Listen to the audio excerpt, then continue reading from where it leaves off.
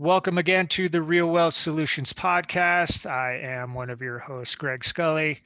To my left, on my screen at least, we have Darren Light. And joining us today, we have Nathan and Monica Herber from one state over, two states over, one of the Carolinas. One state over, South Carolina, Greenville.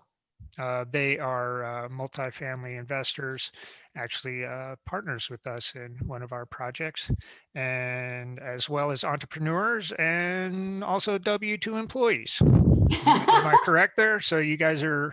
Not me right now. Not you right now? No. But Nathan certainly is. Yeah, I was slave labor as a housewife, so. Right. Some of the most important work is done at the house. That's so correct. I appreciate that. I can vouch for that. Yeah, take a minute, tell us a little bit about yourself just in general, and then maybe, towards the end, since we talk multifamily, give us a little bit more detail on kind of the real estate side of things. Sure. Yeah, let me start. Yeah, definitely. So my name's Nathan Herber. I was born and raised in Lafayette, Indiana. I moved to New York City after college to pursue my architectural pursuits. And from there, after about three years into architecture and several jobs into it, I kind of nestled into working with developers. And that started kind of the very inklings of the multifamily pursuits. We'll go into that a little bit later.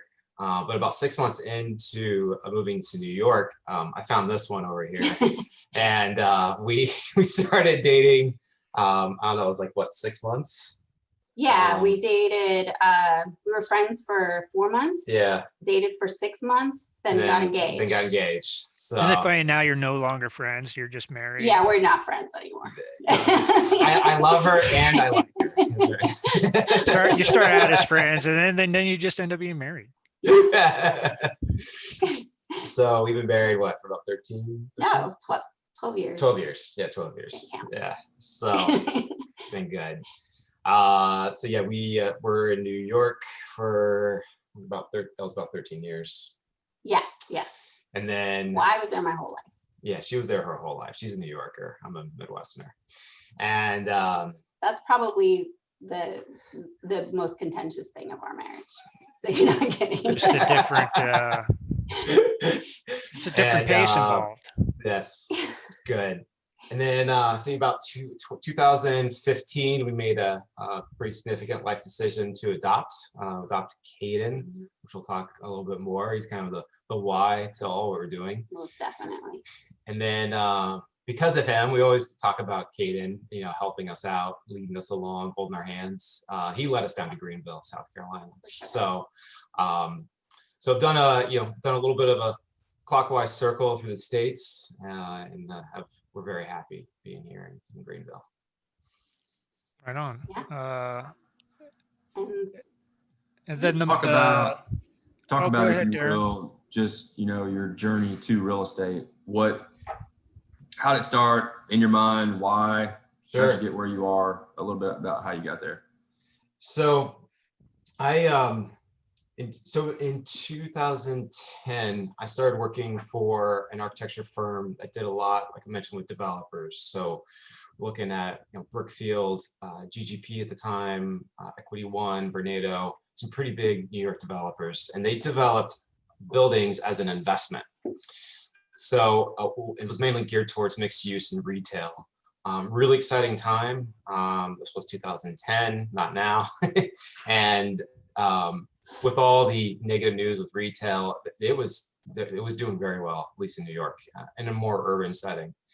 And so I worked on the project management side in architecture versus the design. So managing the team, working with the contractor, all the other engineers, and then also the client. So I got to see their pro forma, how they were making their return on investment, the decisions that we had to make, and how that positively or negatively impacted the developer, future returns, and ultimately creating a great experience for the customer.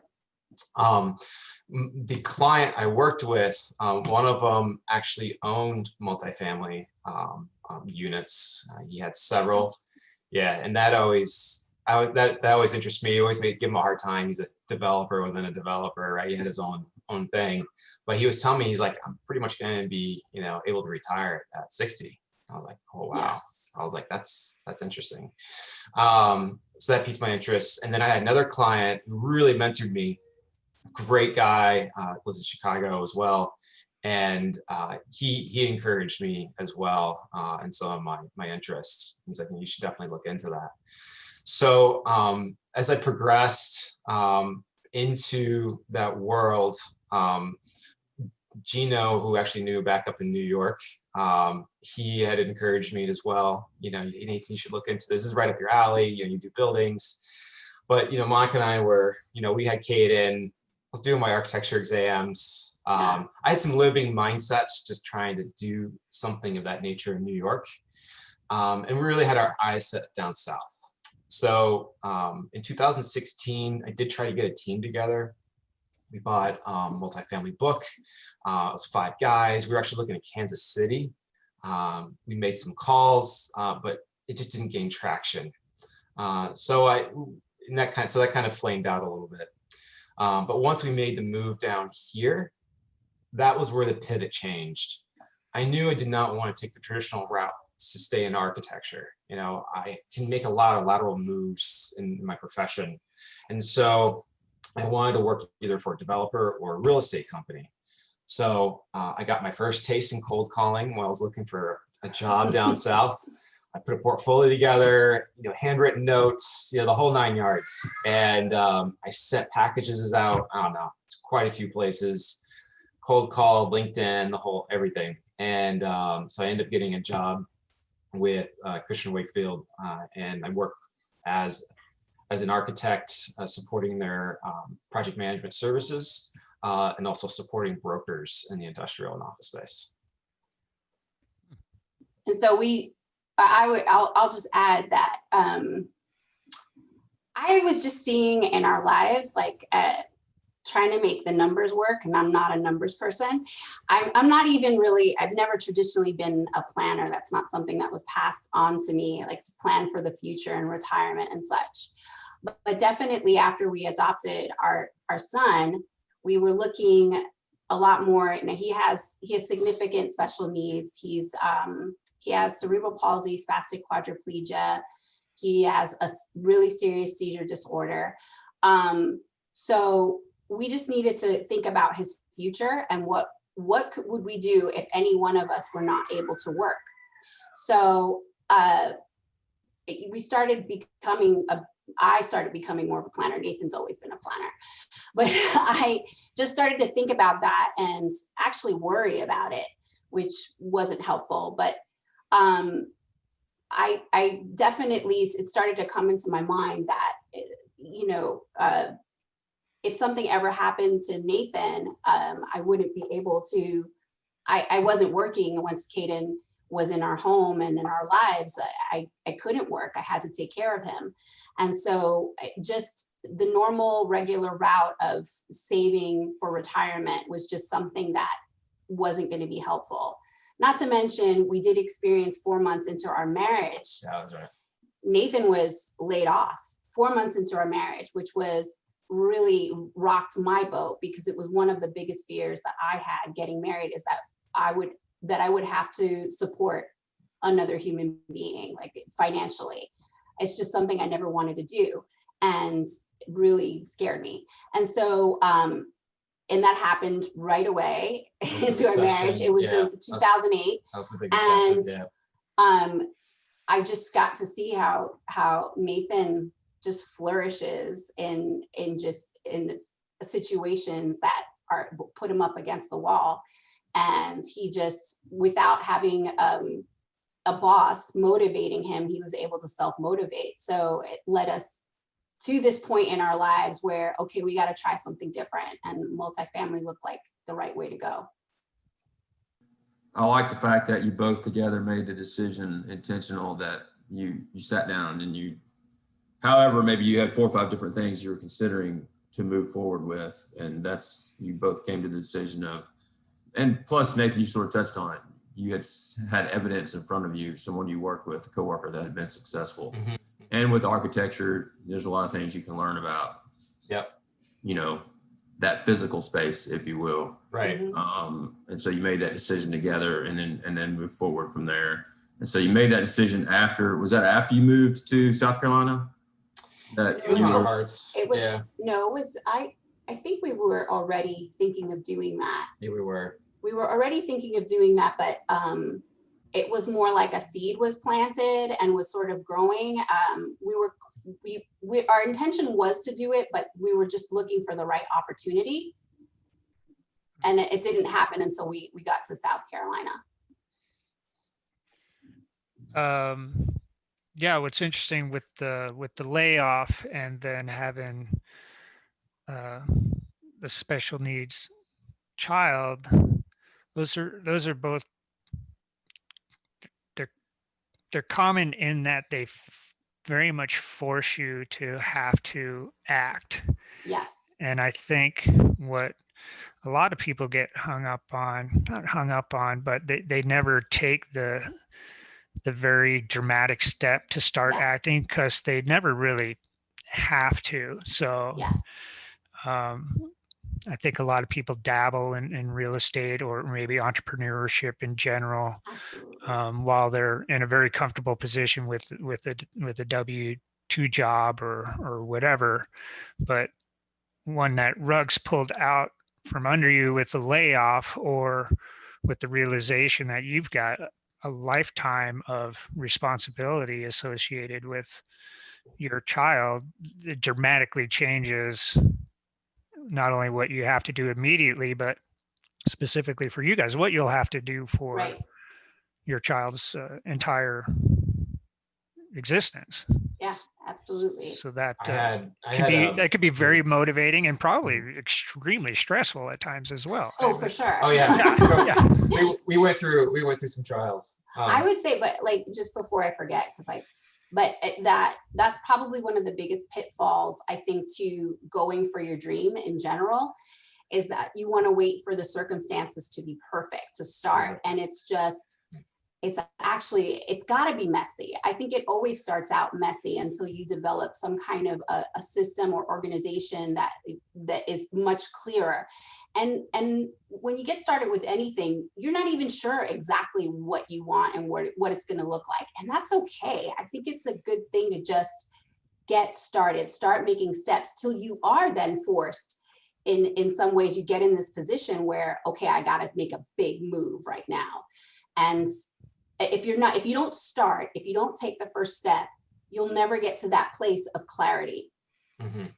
Yeah, right. I'm just curious that with the Kansas City thing back in 2016, can you summarize why maybe that didn't get any traction? Was it just you guys realized as a team you had different goals, or yeah, I think it was was it just goals. you never got enough deal flow and it just kind of fizzled out, or what? We were all in New York. One of our good friends, he's from Kansas City. So that was kind of like our touch, our local market knowledge. But we were all in New York. And I think that was probably the challenge. One, not being educated. That was a big thing. I would say that because it was really early in the beginning. Really early. I've read a couple books and I got into it, but nowhere near the education I've received to date. So that was probably a key factor there. It's just the educational aspect. This is not a criticism, but is it fair to say maybe you were just dabbling in it at the time? Oh yeah. I was dabbling in it. Also, there was other factors going on. We just had Caden a year into him. Yeah. I was also taking my architectural license exams, which is a lot going on. I don't want to wish on my worst enemy. So there is some other life dynamics there. Sure. That kind of pushed it to the Yeah, side. a little bit of a capacity problem, I imagine. Yeah. Yeah. Yes. Yeah. Yeah.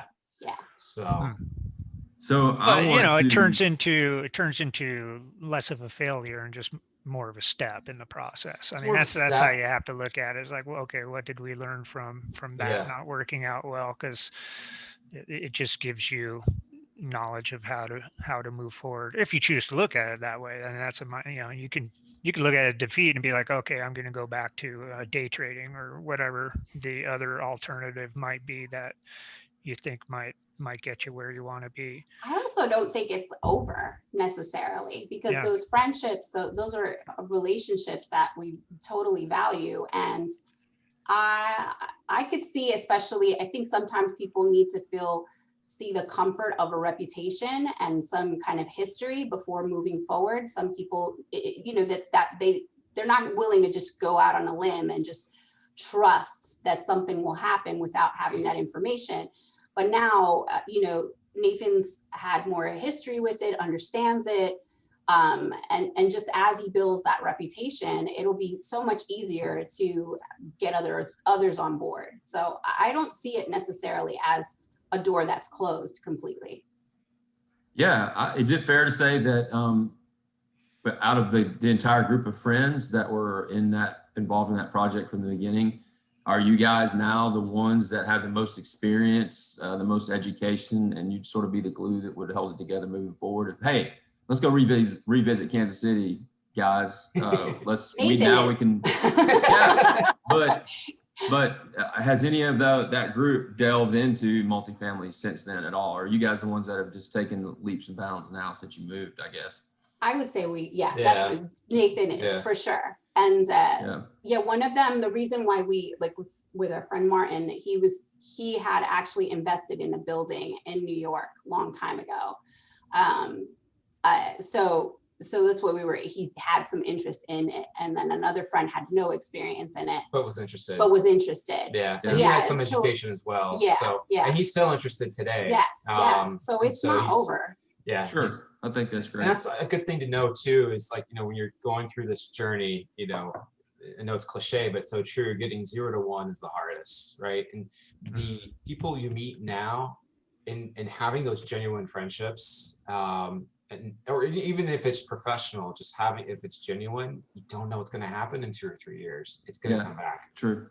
Mm-hmm. One thing that I think we as in any business, but since we're all involved in multifamily, let's talk about that specifically. One thing I think we, and specifically I'm preaching and talking about myself mostly, is that we undervalue our experience once we have done this for a couple of years, and the pains we've been through that have molded us into the investors, the operators, the owners that we are, and the responsible fiduciaries to owners. And we undervalue, I do, what I can bring now to another group. And so we can't do that. We have to embrace what we've done. And it's not on a, hey, I'm up here, you're down here type thing. It's just use what you don't sell yourself short. Sure. So moving forward, you have that confidence. Yeah. Right. And I think that I'll just speak for Greg and I both. I think we've both realized that, hey, we've been in the trenches, man. We know what we're doing.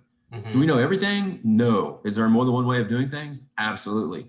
But this is how we've done it. It's been successful. We know we can help someone else do it. So I love how in this industry specifically, when you do link up with those partners, you need to leverage them and continue moving forward.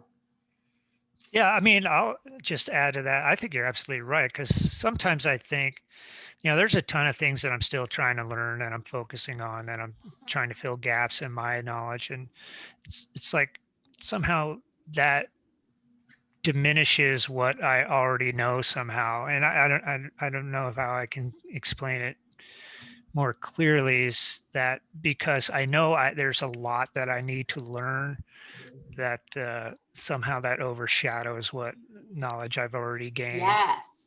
Yeah, we beat ourselves. So I still feel like a little bit of that imposter syndrome, that I don't know everything. Yes. So do I really know that much at all?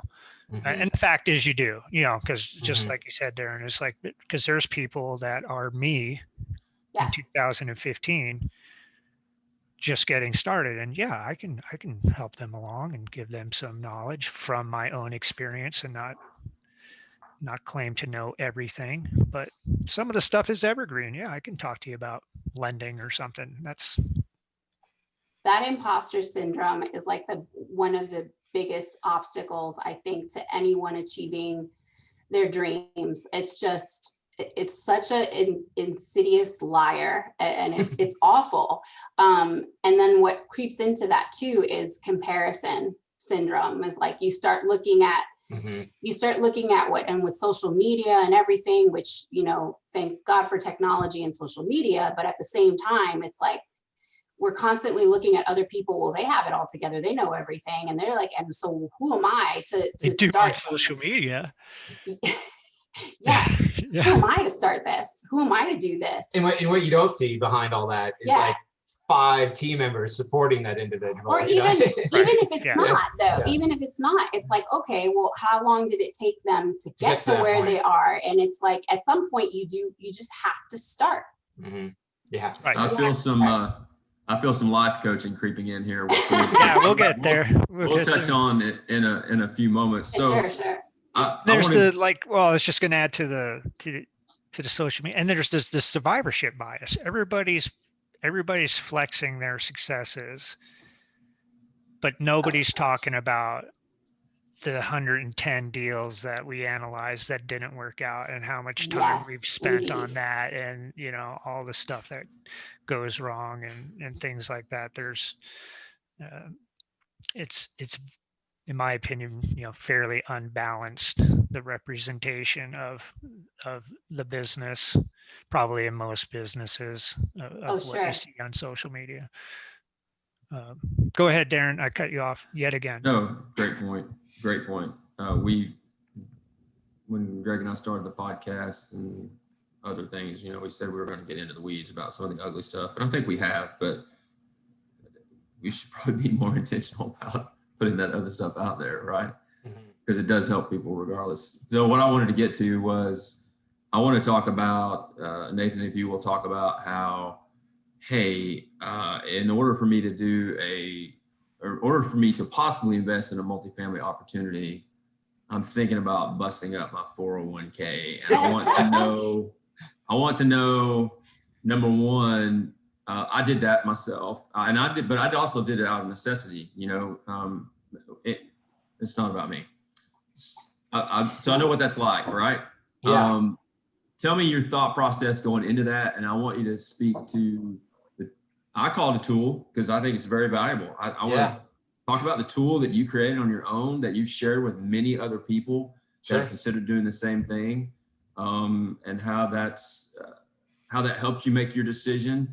And you don't have to get into too much into the weeds of the tool itself, but I mean, high level, how did it help you make that decision moving forward? Talk about that if you would. Sure, no problem. So I think starting with the whole 401k, busting it up, it's a mindset, right? So when and kind of probably the whole premise to even this podcast, kind of this whole thinking of doing any of this stuff in multifamily, when we were struggling a little bit just with some of the challenges with Caden, and I was struggling mentally with it. I remember being at church once, praying about it, and I was like, what do I need to do? And I felt very clearly in my mind, the Lord told me, he goes, you know what, Nathan? Sometimes you just got to go deeper in the woods to get the food. And so that kind of served as almost like a vision statement, if you will, to a lot of decisions that followed after that. So 4K is one of them. There's a lot of food there. So, right. So I'm a middle-class guy. My parents are both teachers. Monica's mom, she was an insurance agent. She's now retired. So we're not like bringing down the bucks, from any family history. So this was purely our decision, and any 401k investment I did when I started work. Yeah. So I started investigating this starting in, it was November, of 2018. Yeah, where are we? No, we're 2019. So it's December. I'll start to get the gears rolling. Once we started engaging in that deal together, we started making that more reality in January. But by this time, COVID, there's some issues going on in China at this point, right? And I read the news quite a bit. I have invested in the stock market. You could tell I'm very much, I'm not a, big time investor, but I know enough to know that we were pretty much at the top at the market historically.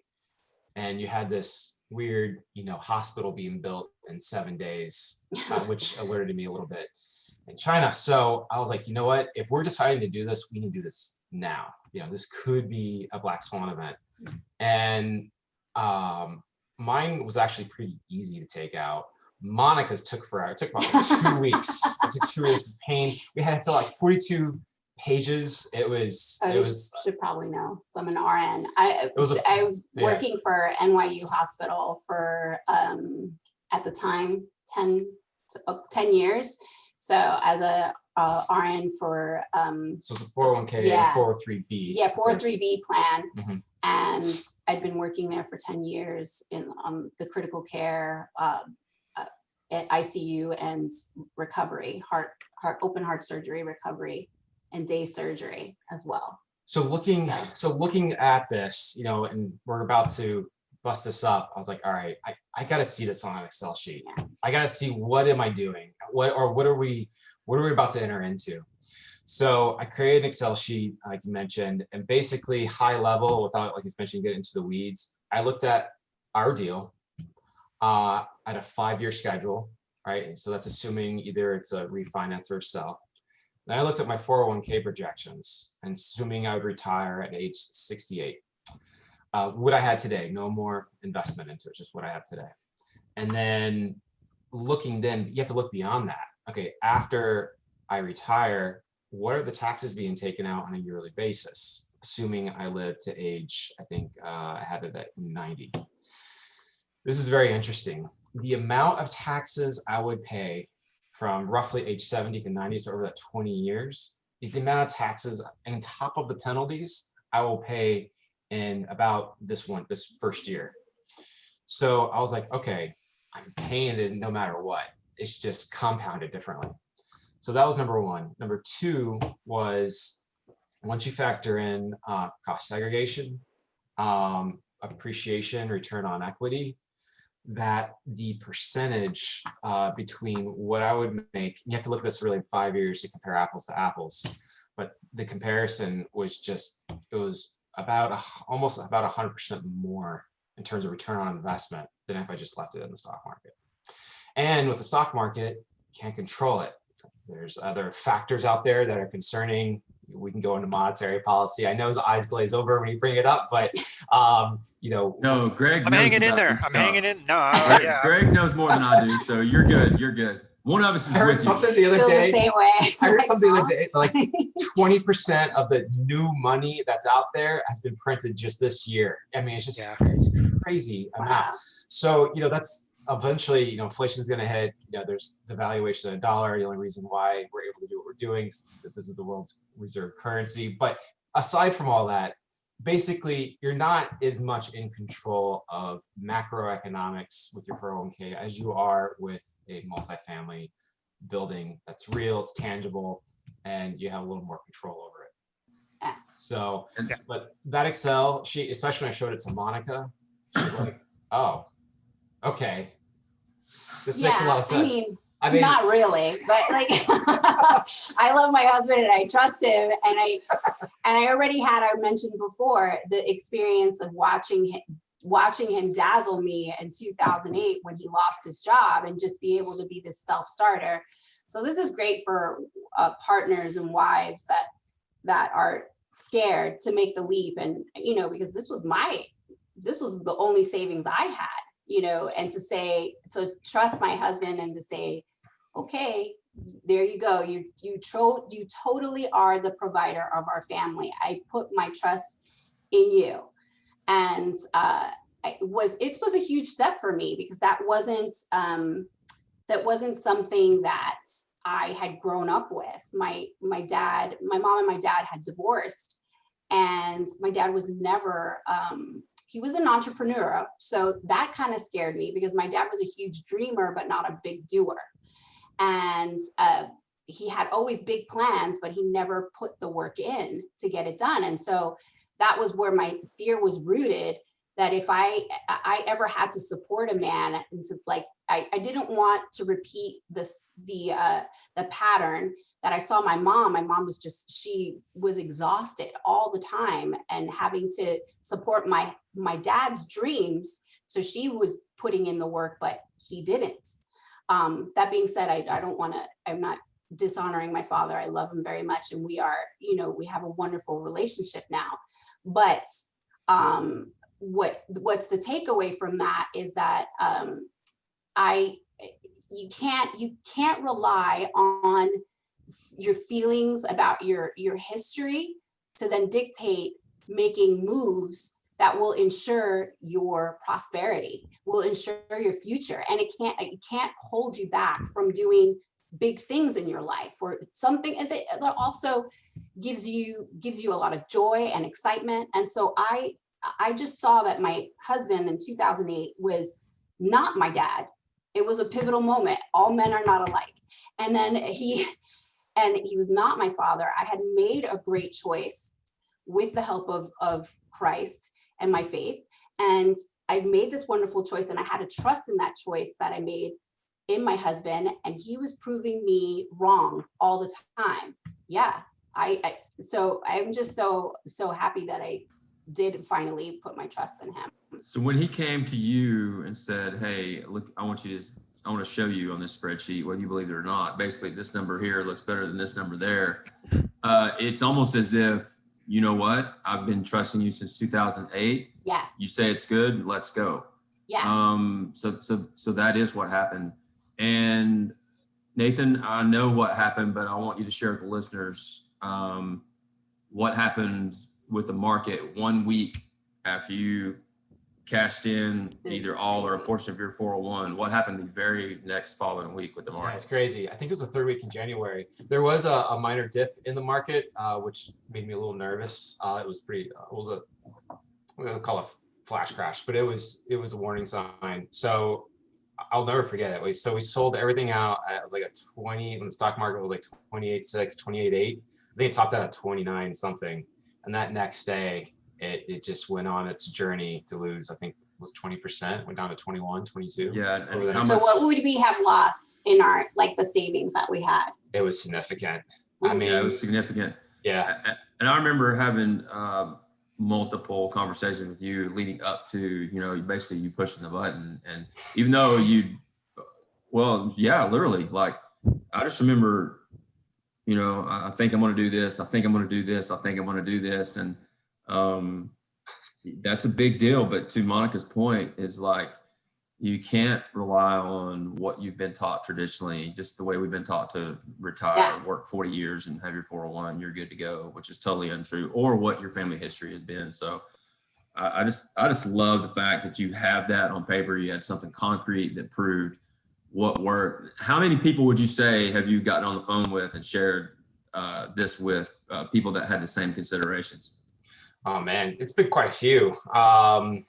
If you put a number on it, it's been at least, 20, 25. Oh, wow. Yeah. I know that. Yeah. That's good. I've sent it out to and I've had some listen, I'm not an Excel guru at all. I took maybe that minor underwriting course on Udemy. Yeah. So I'm not a financial analyst, full disclosure, but I did have a financial analyst look at this and helped correct some of the formulas. So it's gotten perfected over time. And actually my returns were too conservative the way I did it. He's like, you're actually being way too conservative with that. Huh? So Wow. there's that. I like hearing that. Yeah. Yeah, I was thinking, because I did the same thing, 401k pension, blew it up.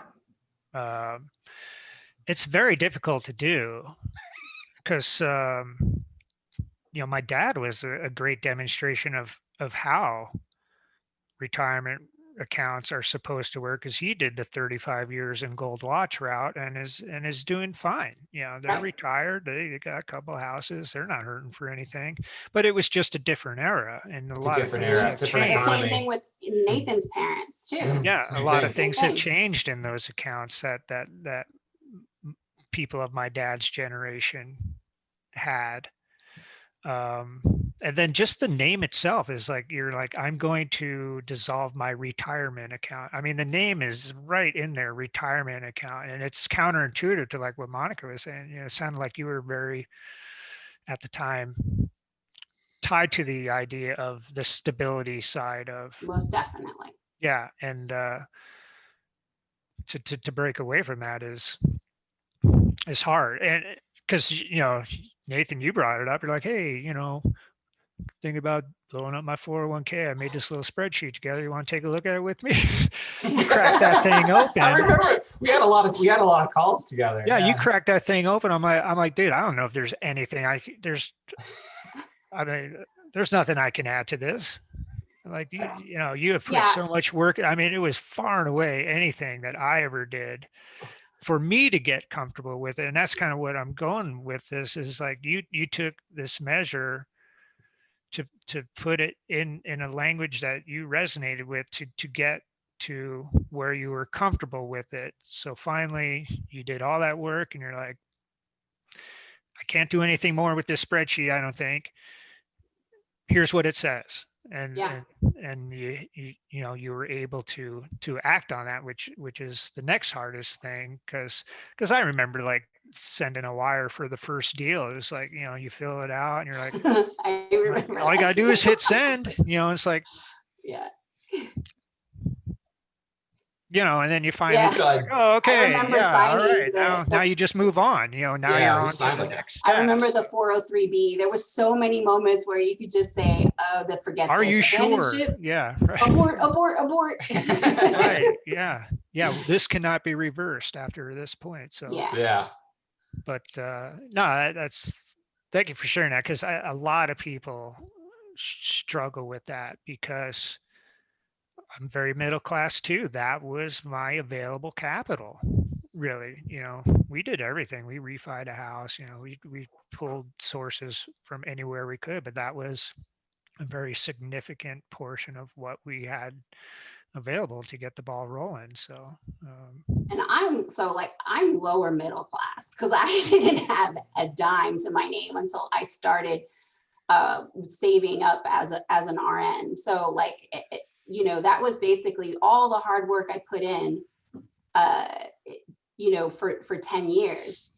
So it was it wasn't nice, you know, it's modest still in comparison, but it's like, it was my little nest egg. And so, but I will say this, that, you know, it's not just to step out blindly. Like, I mean, I trust my husband because he does his homework, you know, and he's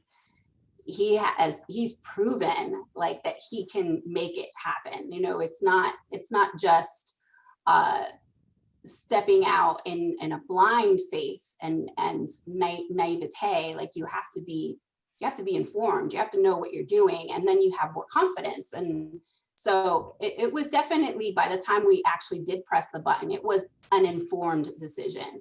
right. And I think we need to change the name of it, because we keep on talking about blowing up our 401k. Yes, Really I what we're agree. doing, and this is, Reallocating. you were just reallocating it. Absolutely. Exactly. You didn't do anything with that money except put it into another asset. It's just in a different type of account. Making it That account right. just looks like a building now. Right. Yeah.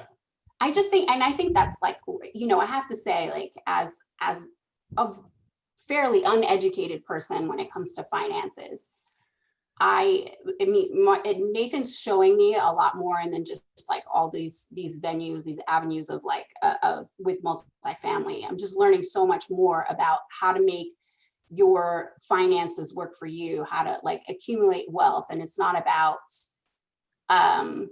it's not about this one track mind, the system, like but it's getting creative. It's actually a lot more creative than just trusting that everything's going to go as planned. Because in some ways, what happens when you have the W-2 and you're working, you're trusting everything that they're telling you. These like T. Rowe Price and Merrill Lynch, or wherever you put you're trusting that they're doing all the work, you know, and that what they say is true, and that 30 years down the line, you're going to have enough to retire on. and then I realized how that's just not true. That's just that it can be, but it better be the right exact timing. And the way things are now, nothing is guaranteed. Nothing. Yeah. So, Please go, Darren. I was going to get very negative about financial. Keep moving. all right. So you guys have reallocated your retirement accounts and you have become partners in a multifamily opportunity. And now you feel, I would assume, pretty good about your investment. Things are going well with it. And now I just kind of want to shift to Caden. And Nathan, you and I have had many, we've become really good friends. And, there's times in the past when we'd be trying to get on a call or having one scheduled, and just a friend call, right? Not a business call necessarily, but hey, can we delay? Caden's having this going on right now, or whatever. And I'm like, wow, man, they're going through it, and stuff happens, right? But yet and I've had the privilege of the time I've known you, I've seen your mindset shift about many things, right? Mm-hmm. So number one, that's awesome. And because you're a completely different person than when I first met you. I'm not telling you anything you don't know. I'm just kind of throwing it out there, right? It's great. And I know there's a lot of factors come in there: mindset, your faith in God, and all that, and your relationship with Monica, your son. But now let's go to Caden and to Monica. I guess how did you, come about the realization of, you know what, this is missing in the type of parents that we are with a special needs child. I want to share. I'm trying to speak for you, and I'm not meaning to. What made you start your business? I'll let you just go ahead and go. Hey, you started a business, Monica. Tell us what it is, why, how you got to that point. Oh, sure. Yeah, I'd love to. Yeah. So, I started The Joyful Unknown, which is a website and a platform for a life and marriage coaching. The culmination of that is like years of just preparation. I would say that just to tell you more about myself is born and raised born in New Jersey and raised in New York. We try to forget New Jersey a little bit. Sorry, love you, Jersey. Anyway, Greg, that's what's wrong with Greg too. The Jersey boy. I got out of there as fast as I could. So she crawled out literally. No, I'm kidding. I love Englewood, New Jersey, and then raised in Brooklyn and Queens. And I always wanted to perform. I have this gift for communication and just wanted to. I loved the arts, and I decided to try to become an actress when I was in my early 20s. I went to Carnegie Mellon, Moscow Art Theater, and I got my MFA there. But 9/11 happened and everything sort of stopped, and not sort of, it actually did stop. And this moment of crisis led me to an existential crisis. Like, what am I here for? What's the point of all this?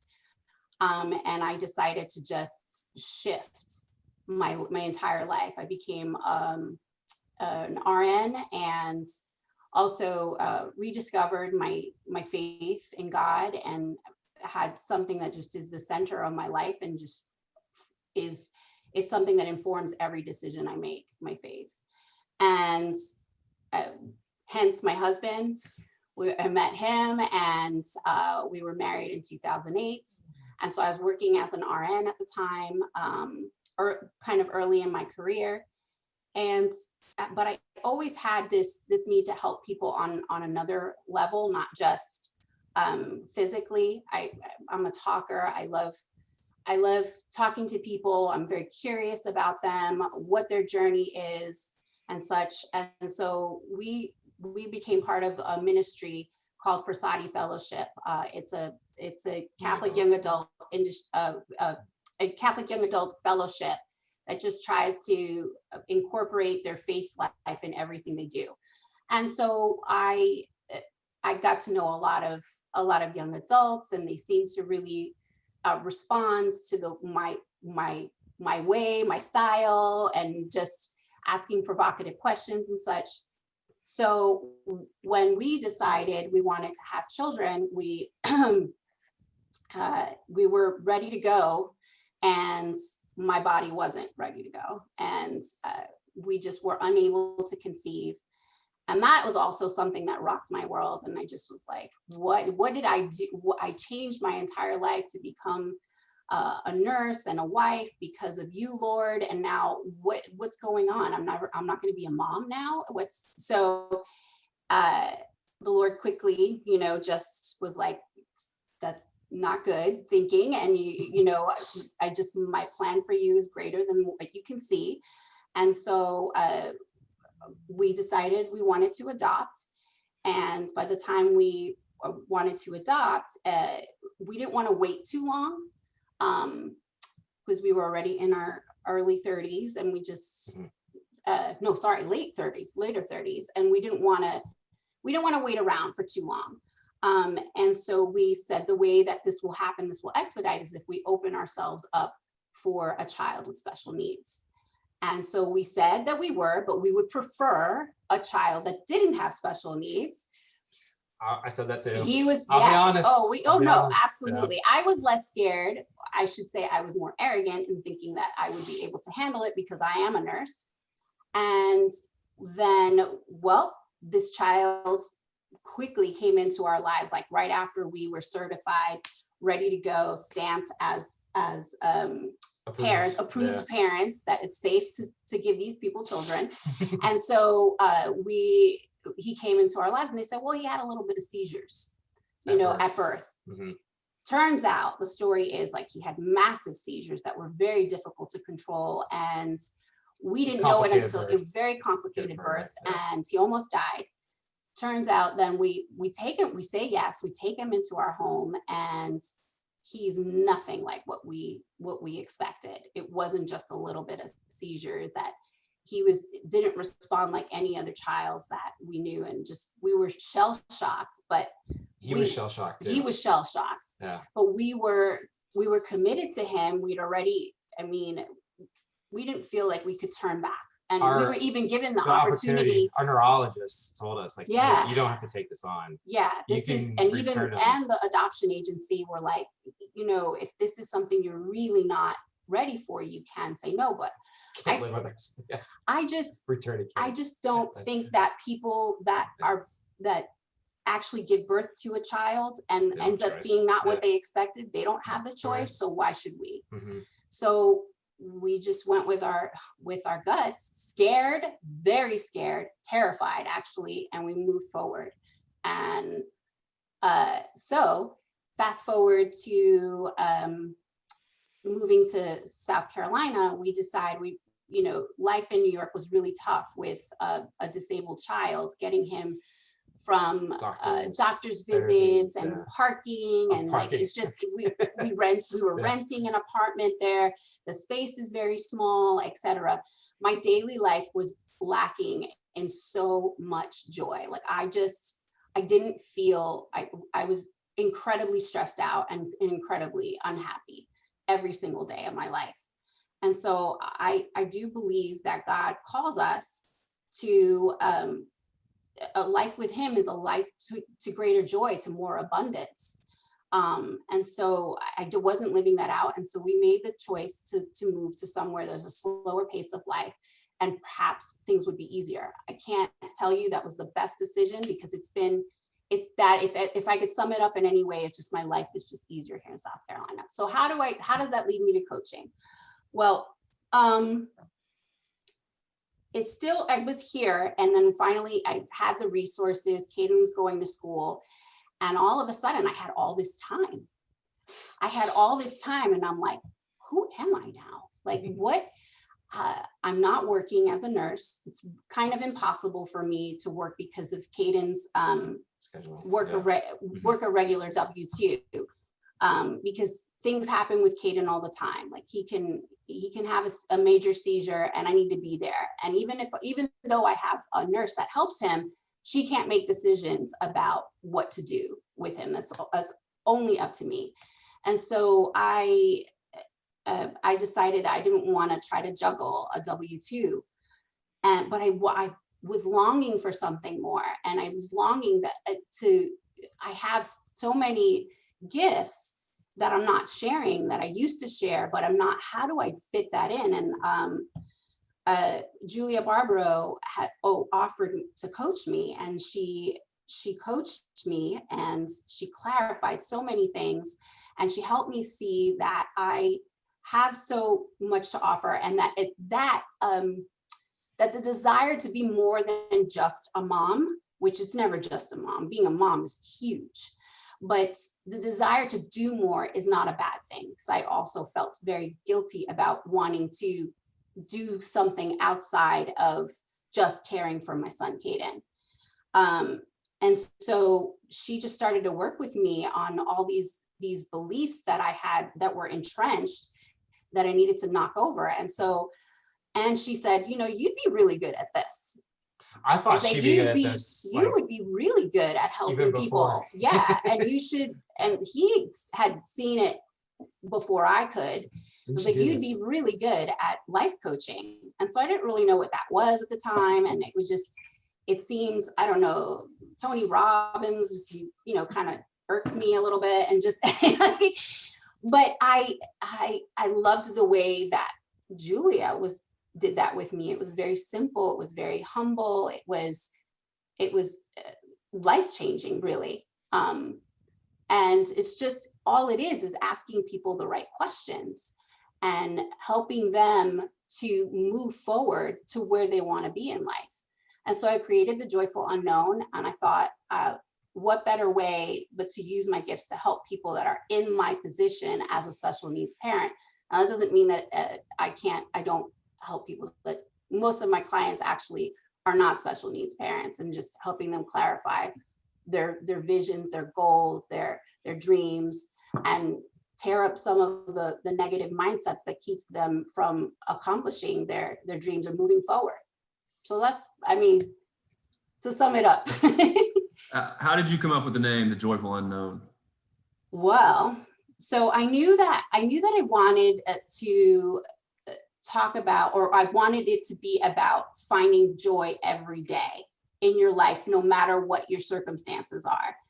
And I thought that, I think that what stops most people from moving forward in their life is that they're constantly worried about what will happen.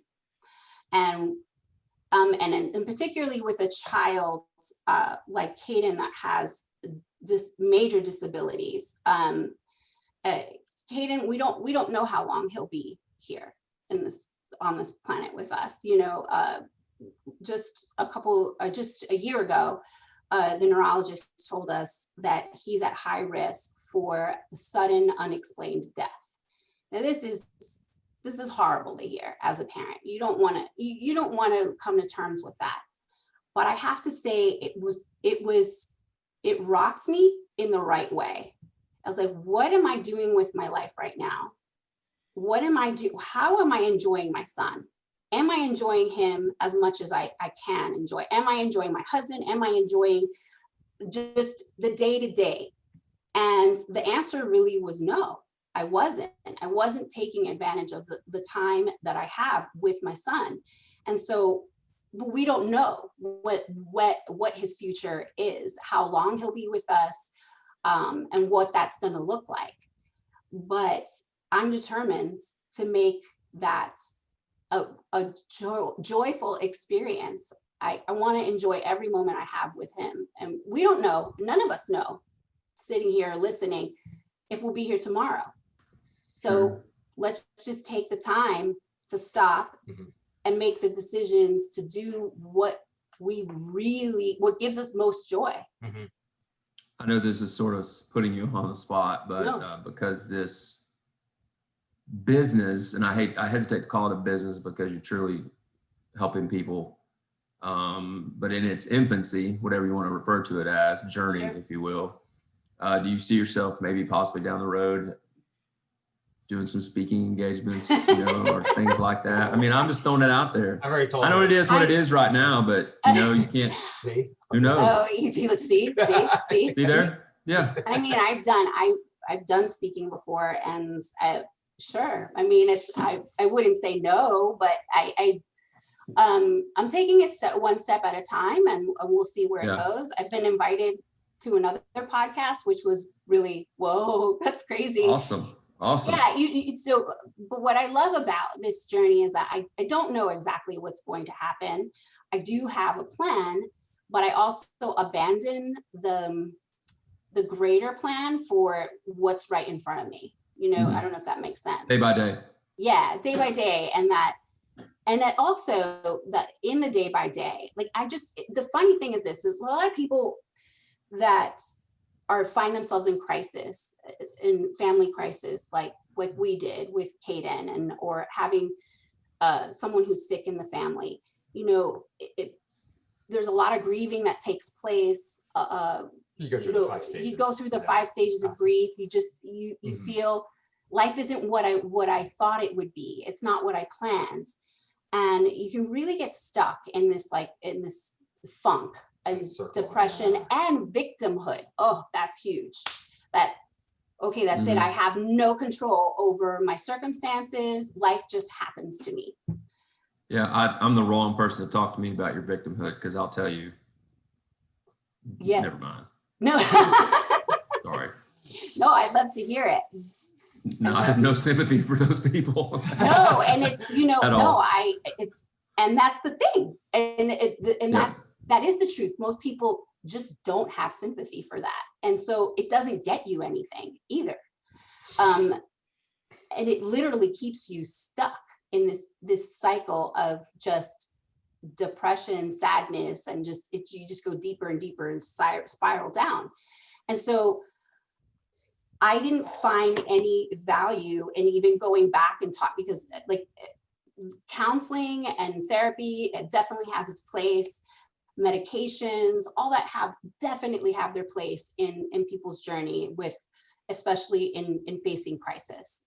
Absolutely. But what I loved about coaching is that it focuses on what are you going to do next? Like, where do you want to be in the next year? Where do you want to be in 5 years? Where do you want to be in 10? And not even that, because it focuses, okay, well, how are you going to get there? How are you going to get there? And so for me too, it's just, I can't change my circumstances. They're what they are. We've made a choice and we're not going back on it. Kaden is our son. But what can we do? And there's always something that you can do to just experience your life in a much richer, deeper, more purposeful, and joyful way. And so that's why I created the Joyful Unknown.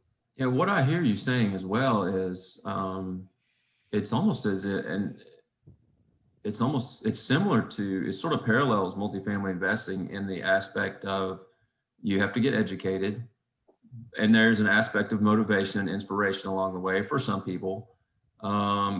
It's sort of similar. I mean, I know it's more personal on your business side, but now you have, with Nathan still having his W-2, you guys have invested in a multifamily opportunity, want to invest more.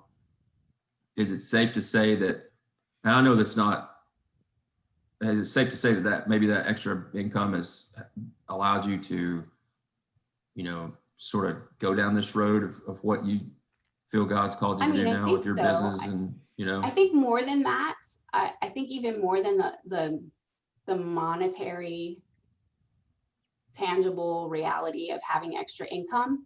I mean, we didn't have a choice. So that's that's the thing. It wasn't, I can try to go back to work, but what would happen is that I would be exhausted all the time and wouldn't have the time to dedicate to my son. And then we want more kids. We want to adopt more. Yeah. So it doesn't make sense for me to go back to work and do what once worked. It no longer works for our lives anymore. So that's one thing. And then also I will say this is that I think Nathan's focus, and he does this because he also loves doing it.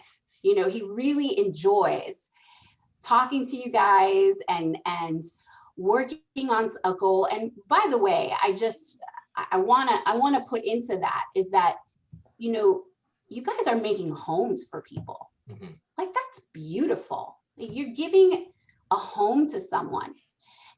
I've always rented. I've never owned a home. And so it's my home, even though it's a rental. So I think that's a huge, forget business. It's a ministry. It's a service. And so it was just inspirational to see him change. And I'm like, well, I want to enjoy what I'm doing every day. Sure. I want to enjoy taking care of my son, and that it's not an empty venture. It's not something that I have to like phone it in every day. I can actually parent my child and then help other people in the process. So that's what I mean, he's doing his job as a husband and provider, but he's also helping other people in the process. And what more can you ask for? I agree with you that it's not all about the money. When we, Greg and I, you know, we own another investment together in the same city as where we're partnered with you. And the very first unit that I saw put patio furniture out on their back deck back in, I think this was February. I had to take a picture of it. And so it was, and I sent it to the partners. Yeah. I'm like, this is why we're doing what we're doing. I mean, it was I'm getting emotional right now thinking about that. It was very, it was one of those moments. So I totally agree. Awesome. Yeah.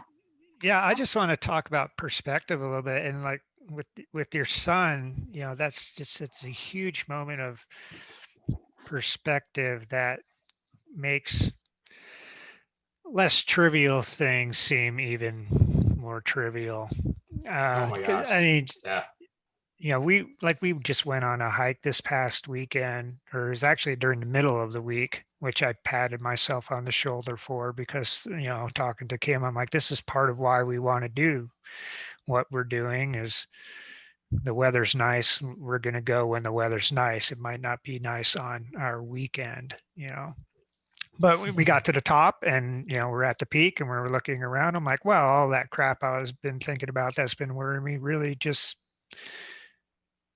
falls away. You're like, you know, you get some times a feeling of insignificance, which is what it was for me, you know, looking out at the world. I'm like, well, you know, we're really insignificant in the big play of things. And that, you know, that kind of perspective is something that you can choose to have. Sometimes it's forced upon you. But that's also a decision that you can continue to make. And I think that's difficult in regular, just day-to-day stuff, is to find a way to give yourself that point of view of something larger than me here matters. Most definitely. But I will say this, that you're so, we are insignificant in some ways in the grand scheme of it, but not really. It's like everything you do does matter. That's what's crazy about it, because to God, we're very significant. And so even though you're just a little cog in the entire machine, what you do matters. And something that really brought this home for me is, you know, I'm going to be 45 in January. Man, and I'm going to get you a rocking chair for Christmas. It's a very South Carolina thing. Yeah. Mercy. No, I would rather get I'd rather get my hiking shoes and join you on that hike. That's the kind of 45-year-old I want to be. Mm-hmm. But looking back, it's like you realize truly, I may have just spent half my life, if not most of it, you know, and I have to look back and look at what have I done? Forget about what have I done. Who have I become? Am I who I want to be? And those are the questions that I think we have to ask ourselves in any venture that we see, whether it be multifamily or any dream that you try to pursue, who is it that you want to become? And that will inform every decision you make. If it's at the forefront of your mind, if you make it the most important thing in your life, who am I becoming? Mm-hmm. Mhm. And I could see, because I watched your video for your business yesterday, you mentioned that you were in the arts. That's a little more clear now. I'm like, wow, she's like super comfortable. And, I was like, that was really well done. It wasn't like, the typical first YouTube video that you see No, from people. So very professional. yeah, I mean, Thank you look you. at me and Darren, Yeah, look at how professional we are. yeah. So Awesome. You guys are awesome. it makes a little more sense. I'm like, oh, that's why it was so good. It's something you're interested in. That's what I'm getting at. Is like it's a way for you to be creative. Sounds like being creative is something that's important to you. Oh, for sure. Yes. And that if you're able to do that in some way, that can also benefit you financially, Oh, yeah. Yes. as well as then give value to other people. But at the same time, you're also self-cultivating. Most definitely. And that Whenever I coach that other people, I'm coaching myself. self-cultivation. Yeah. Yeah, when you're able to self-cultivate yourself, many other people can benefit. Yes. And that can be monetarily through businesses, that can just be impactful in mentorships or something. And that's what entrepreneurship, multifamily. I don't love multifamily all the time. There's sometimes when I'm just like, really, is this really what we're going to do today? But that's going to be the case no matter what. No matter There's going to be what you days do. like that. Yes. Yeah, But in the grand, if you're able to spend your time doing, it's a very selfish thing, but I'm looking at the selfish thing as a benefit. When you're selfish in fulfilling yourself, you are actually benefiting many other people as well. Mm-hmm. You touched upon it a little bit, Greg, in that it's a decision, right? It's a choice, and the choices I know we've made together. I mean, Monica's given me a lot of freedom. I have to say that it's been a blessing, a wife. We've had our trials and tribulations, but it's been a blessing that she's given me the freedom to make those choices. Those choices, and you touched a little bit too, is moving forward. It's moving forward. Even things were going bad, they're tough. Move forward, and that moving forward has led me to you guys. Partnership. Just put a little tag on partnership. I had no other choice to partnership, and I was very blessed to have met you and Greg and Darren here. So that has ultimately led to greater things when you make those decisions, and ultimately acting on that. I'll go ahead and I want to comment that I don't know if Julia has said this to you or not, Monica, but I'm going to go ahead and say it to you both is you will get called upon, whether it's ordainedly or other, to share with a couple that is struggling in business, and it'll probably be multifamily, but it doesn't have to be multifamily and struggling in life. So that probably will be a part of your coaching to Monica, but maybe Nathan's going to end up getting tied in, because we know, and I've seen firsthand how, if everyone's not on board together, it's not going to work. So oh, absolutely. You're just a testimony to how it can work and work through things. And now I think the reason we're all on this podcast, the reason we're invested in a deal together, the reason we're talking about life in general, is that we truly, genuinely like each other, and we're good givers. We want to pour into other people. We don't care what we're getting in return. And if that's who you're surrounding your people with, no matter what you're doing, you're going to get back so much more. And I think I want to add to that, it's like, so it's remaining committed, but what is it that you're committing to? Are you committed to just making more money? Or are you committed to, I think it's a different mindset to be committed to having wealth in your life. The way I see wealth is having abundance. And so if you have this mindset of like wanting a more abundant life, it isn't just to have things for, it's actually abundance in your relationships, abundance in, and that what you're doing is that you're intentional about everything that you do, a conversation you have. I love, for instance, like Nathan, we'll go to a store, and I'm not this person. I'm a New Yorker. We're like this, but he always says, hello, how are you? How's your day going? He takes the time to actually make a connection with the person that's behind the cash register. And it's actually a really beautiful example of being intentional in every exchange that you have in your life. It just fills your life with abundance, more meaning, more passion, more joy. And so I think also, as people are entering into multifamily or whatever business they're doing, it has to be in every area of your life. It cannot just be as like, oh, I'm going to, you stay focused on just the numbers and making money, because then you're missing out on the entirety of the experience. And I think the reason why it's working for us, and perhaps I can venture to say for you guys as well, is because it's something that's impacting your life in general, your relationships with your spouse, with your children. It's a mindset that is being cultivated, not just towards making money. I totally agree. And one simple example that Greg already touched on of abundance in him and Kim's life, due to the intentionality they've had the last few years, is they can go on a hike and stay at a cabin for 2 or 3 days in the middle of the week. That's abundance to them. Now, and my abundance to me will be in a year or so being able to go take my granddaughter for days on end to do whatever I want when I want. So that's just another example.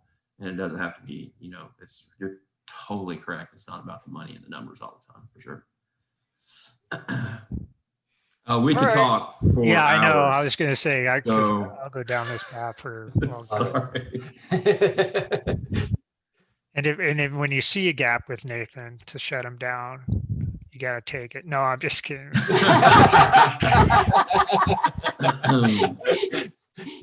That's awesome. Well, unless Greg has more questions, how can the listeners get in touch with each of you individually? Oh, well, you can go to my website, Get your website. www.thejoyfulunknown.com, or you can actually email me directly, Monica Herber, MonicaHerber at thejoyfulunknown.com. Okay. And you reach me at Nathan Herber at Cornerstone Community Capital. That's Nathan with a dot, Herber at Cornerstone Community Capital. All right, Awesome. and we'll drop that all into the show notes so people can link. Oh, great! Thank you. And find you that way as Yeah, well. So look forward to any opportunity to just share my experience or help people reach their goals and their dreams. yeah, great talking to you. I know when Nathan and I talk, we talk shop a little bit, and then all of a sudden we're talking about books and monetary policy, whatever else comes. So I enjoy talking to you guys. Likewise. It just get out into the weeds of whatever we enjoy talking about. And good. So appreciate your time. And Darren, I'll sign off. We want to thank you for joining us here. Thanks for having us. Real Wealth Solutions podcast. You can find, we rarely do this, Darren and I, realwealth.solutions is our website. And we're also on Facebook and LinkedIn. We got some stuff on YouTube as well. I think basically all at that Real Wealth Solutions. We'll ask him, the marketing director, how we can do this better on the next episode. So again, thank you for your time. We will see you on the next episode.